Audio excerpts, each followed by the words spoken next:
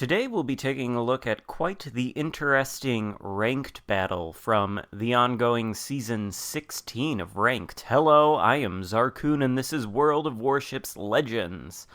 In this ranked battle on the map Neighbors, we will be playing the Tier 5 premium British battleship HMS Warspite. Possibly the strongest and best Tier 5 battleship in the game. There are other contenders, of course, like the West Virginia is also quite good, but I think the Warspite beats them all. And if you're lucky enough to have the Warspite B, well, you can look really good while doing it. This ranked season, of course, features the arms race mode. You can see the buffs scattered around the map. We just picked one up for quicker reload of the guns.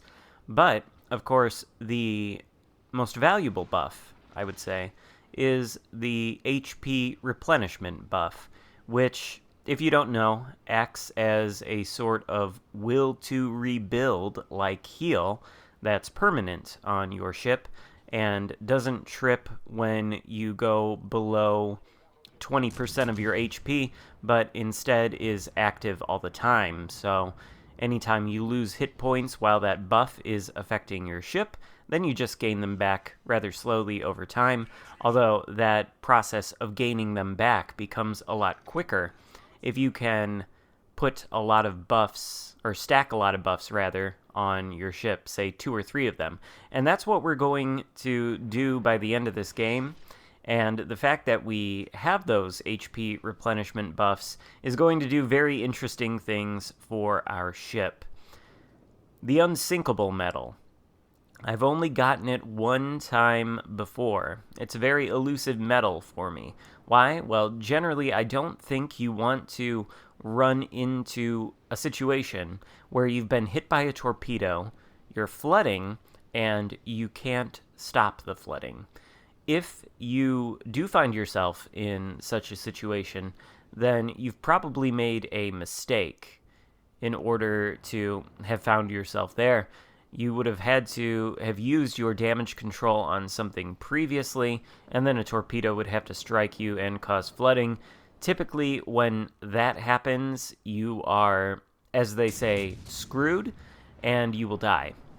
But in a previous ranked game that is somewhere on this channel from a long time ago, during Tier 6 ranked season, I took out the Nelson, got hit by a torpedo, and purposely let the flooding continue, after which I used my super heal to regain my hit points, and I farmed an unsinkable metal in that way. This one is going to be a little bit different, because, spoiler alert, we are going to finish this game with an unsinkable metal. Before we get there, though, we should probably talk about what's going on. And frankly, it's not exactly the kind of thing I want to see from my team. Now, we have captured the Bravo cap, but the enemy has captured Alpha. And notice, all of our ships and all of the enemy ships, for the most part, are on opposite sides of the map. So the blue team's kind of all clustered up together here near the Bravo cap, and the red team is all kind of clustered up together near the Alpha cap. Some HP replenishment buffs have just appeared on our side, but there are a lot of consumable reload buffs on the other side. This is not the kind of thing I generally want to see in Ranked. I don't think you want to put your team all in one spot of the map. You don't want to cede map control. I think you want to split your forces and assign one division of forces to one cap and one to the other cap, and the enemy team should do likewise, because for the most part, these buffs, or these armament enhancers, I guess you could call them, tend to appear clustered on one side of the map, and if all of your teammates are on one side of the map away from those buffs, like we are from the consumable reload buffs over there, then, well, you're not going to have much access to them, and that's going to give the enemy team an opportunity to pick up more of them, which in turn is going to make them more difficult to kill and all of that kind of stuff, potentially more powerful with faster gun reloads, etc.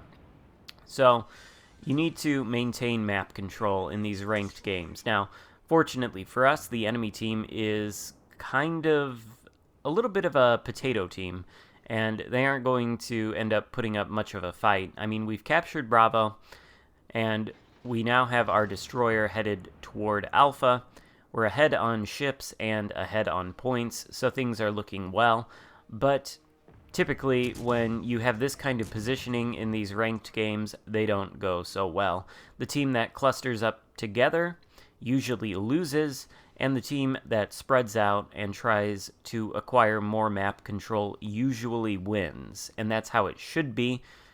And also, that leads me into saying that I don't think this arms race mode is a bad thing for ranked at all. I know a lot of other people do.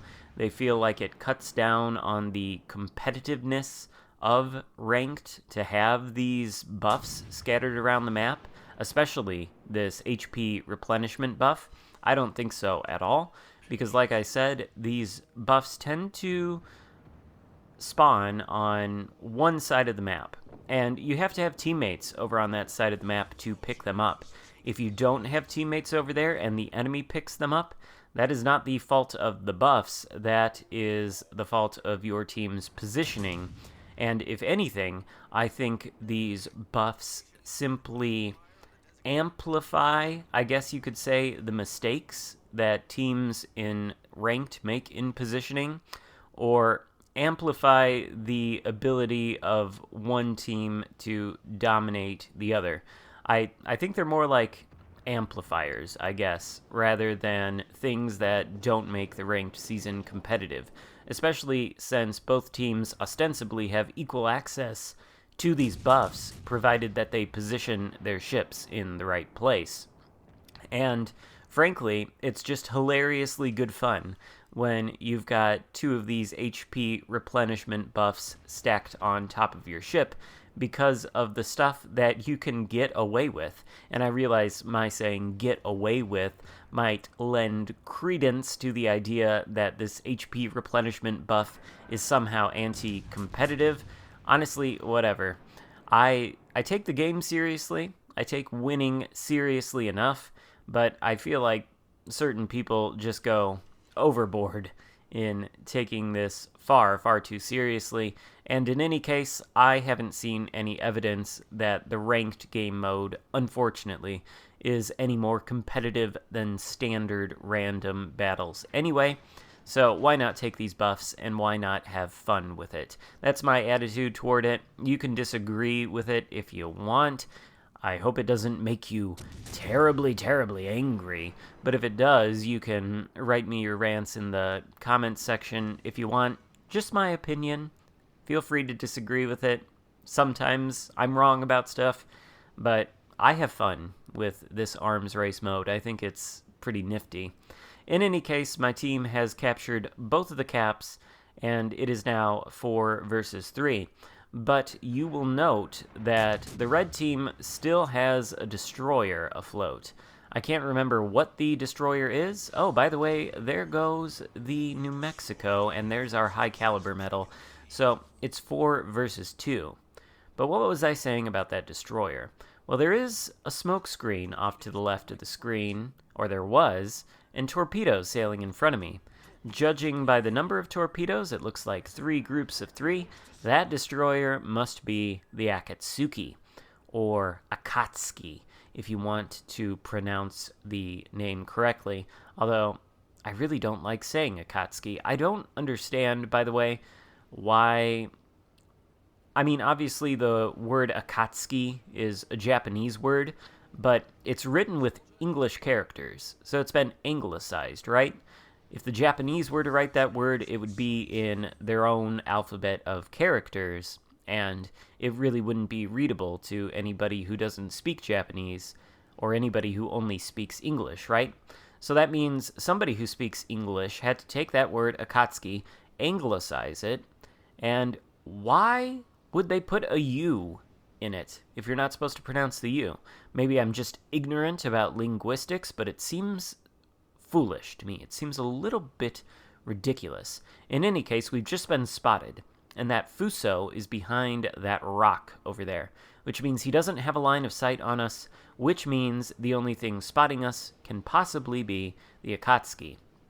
And I have not noticed yet, but the Akatsuki was actually spotted behind me on the map. He has now gone unspotted, but he sent more torpedoes my way. And we hit the Fuso there, by the way, giving us the Confederate medal and taking our total up to 112,000 damage. But we take a torpedo right up the prop shaft. Not a pleasant experience, to be sure, but made a lot less unpleasant by the fact that we have 2 of these HP replenishment buffs stacked on top of our ship. And take a look at my hit points as we take down the Fuso there for 2 citadels and 21,000 damage. Quite a nice shot there from the Warspite B. But you'll notice that my hit points aren't really going down. Not much. I mean, they are. They're still falling below, they're still going down at a rate, but they're going down at a very slow rate, given the HP replenishment buff, and now given the heal that I have just used. In fact, we're losing so many hit points and gaining so many hit points back at the same time through the combination of this HP replenishment buff and the heal, that we're going to be able to farm an unsinkable medal simply by not using our damage control, which will be my second unsinkable medal ever. And honestly, I just find that amusing. The flooding only has 15 seconds left to go, and all in all, from that torpedo, we lost about 10,000 hit points with a flood that we didn't put out, which honestly is something I find really, really amusing. You might say that it makes this mode less competitive, but I think it just makes it fun. And I think it's pretty funny that you can get these replenishment buffs and they essentially can make you immune to flooding if you have enough of them stacked on top of each other. And that can allow you to do fun things like farm unsinkable medals, which I assume are rare medals that a lot of players don't have in spades, let's just say. Anyway, I hope you enjoyed the video. If so, give it a thumbs up. Thank you so much for watching, and I will see you next time. Goodbye.